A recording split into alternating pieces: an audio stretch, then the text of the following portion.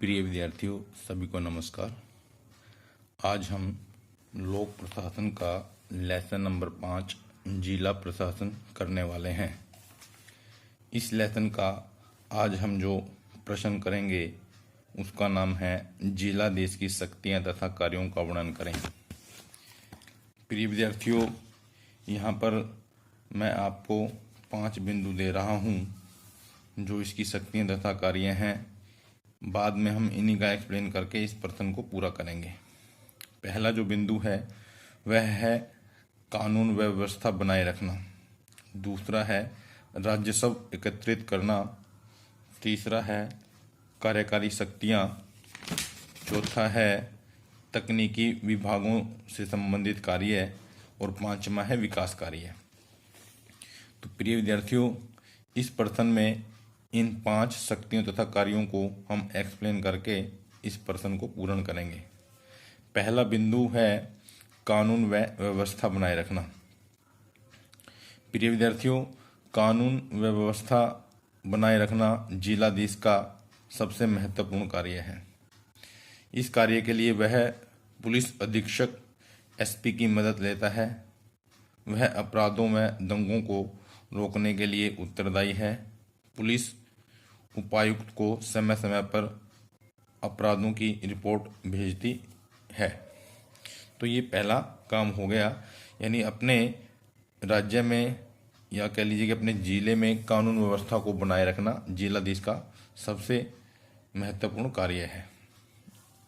दूसरा जो इसका कार्य है वह है राजस्व एकत्रित करना। जिलाधीश का दूसरा महत्वपूर्ण कार्य राजस्व एकत्रित करना है। इसी कारण इसे कलेक्टर भी कहते हैं। हालांकि राजस्व एकत्रित करने का स्पष्ट अर्थ भू राजस्व इकट्ठा करना है। इसके अतिरिक्त जिलाधीश कृषि से प्राप्त आयकर का अनुमान लगाने तथा भूमि जोतने वालों के हितों की भी रक्षा करता है। तो यह हो गया दूसरा कार्य, राजस्व एकत्रित करना।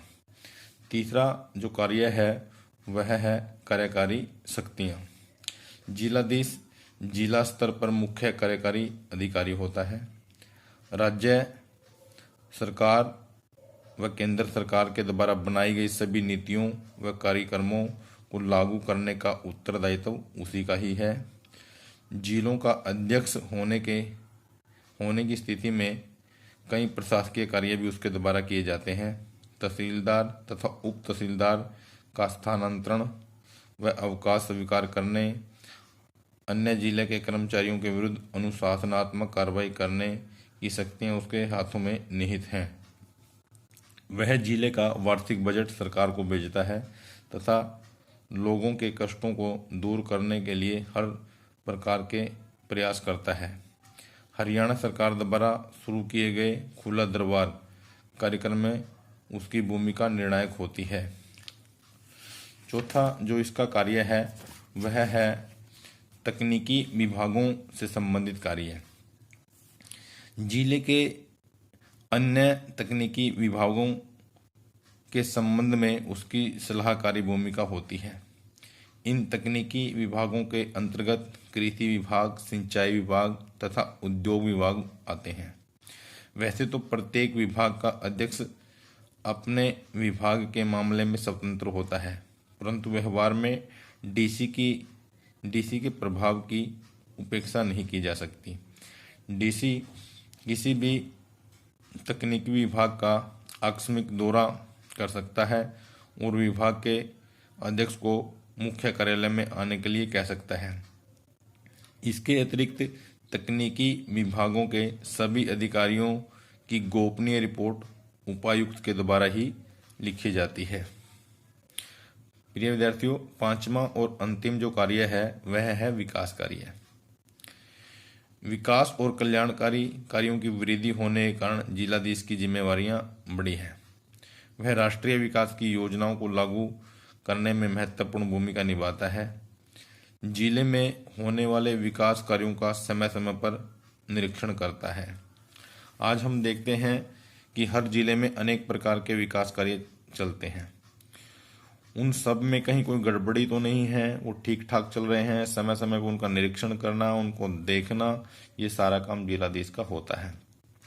तो प्रिय विद्यार्थियों, आज के इस प्रश्न में इतना ही। कोई बिंदु समझ में ना आया हो तो फ़ोन के माध्यम से संपर्क कर सकते हैं, अपनी बुक का सहारा ले सकते हैं। इस प्रश्न को अच्छी प्रकार से अपनी कॉपी में लिख लेंगे और याद कर लेंगे। सभी का बहुत बहुत धन्यवाद।